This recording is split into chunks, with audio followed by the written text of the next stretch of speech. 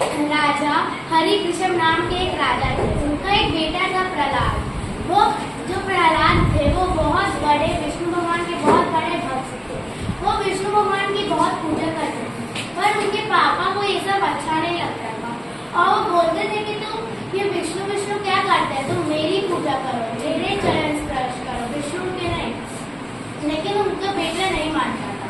प्रहलाद ने विष्णु भगवान की बहुत सारी बड़ी बड़ी मूर्तियां बनवा के रखी, पर उनके पापा को ये सब अच्छा नहीं लगता था और वो मूर्तियां तोड़ देते थे और अपनी मूर्तियां बनवा के उसके कक्ष में रख देते थे।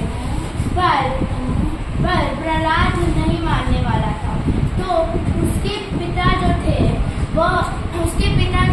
वो बोले कि अच्छा तुम इतने बड़े भक्त हो ना, ठीक है। और उनके पिता को एक भगवान से वरदान मिला था कि ना ही उन्हें कोई जानवर मार सकता है, ना ही उन्हें कोई इंसान मार सकता है, ना ही उन्हें कोई दोपहर में सुबह में मार सकता है और ना ही शाम में।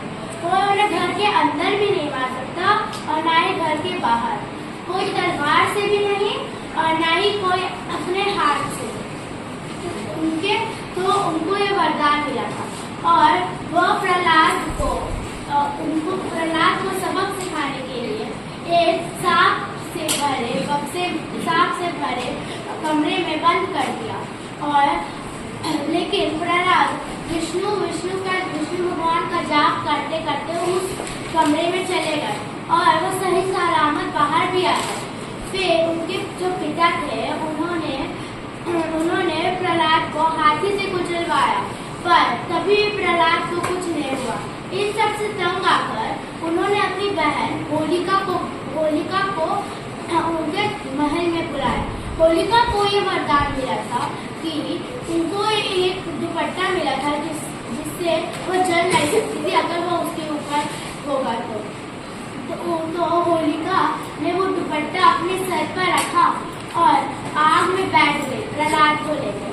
होलिका प्रहलाद की बुआ लगती थी और लेकिन अचानक एक तेज हवा का झोंका आया और वो दुपट्टा होलिका से हटकर प्रहलाद के सर पर चला गया और होलिका जल के राख हो गई।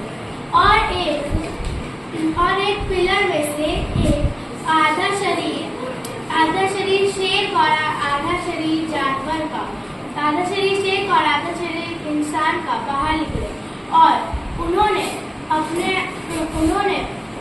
हरि ऋषभ को उठाया और चौखट पे, मतलब घर के अंदर और घर के बाहर के जो बीच पे गेट रहता है वहां पर अपने सर्वे पे रखा और उन्होंने अपने नाखून से दोपहर के समय में उनको मार दिया और प्रहलाद को अपने साथ ले गए।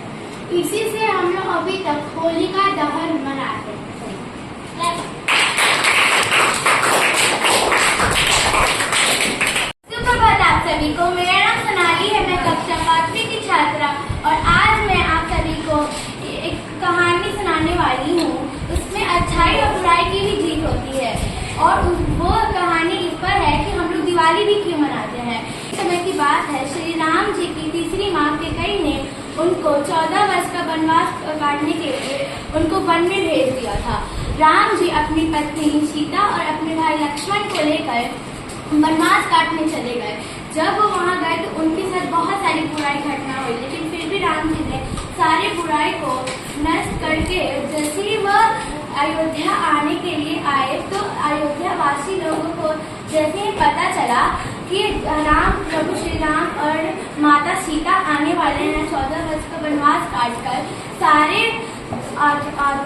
सारे लोगों ने पूरे अयोध्या को सजा दिया।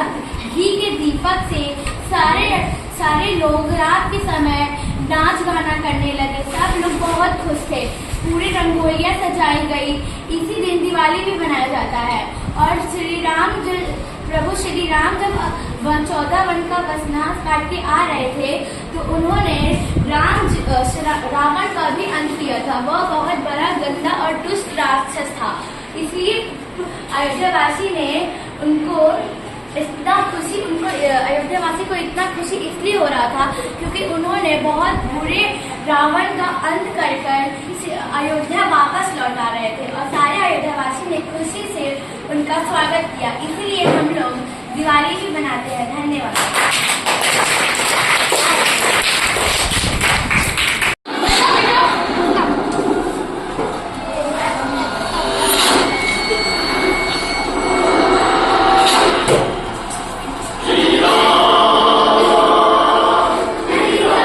सावधानी ना, मैंने कहा कि तुम बच नहीं सकते।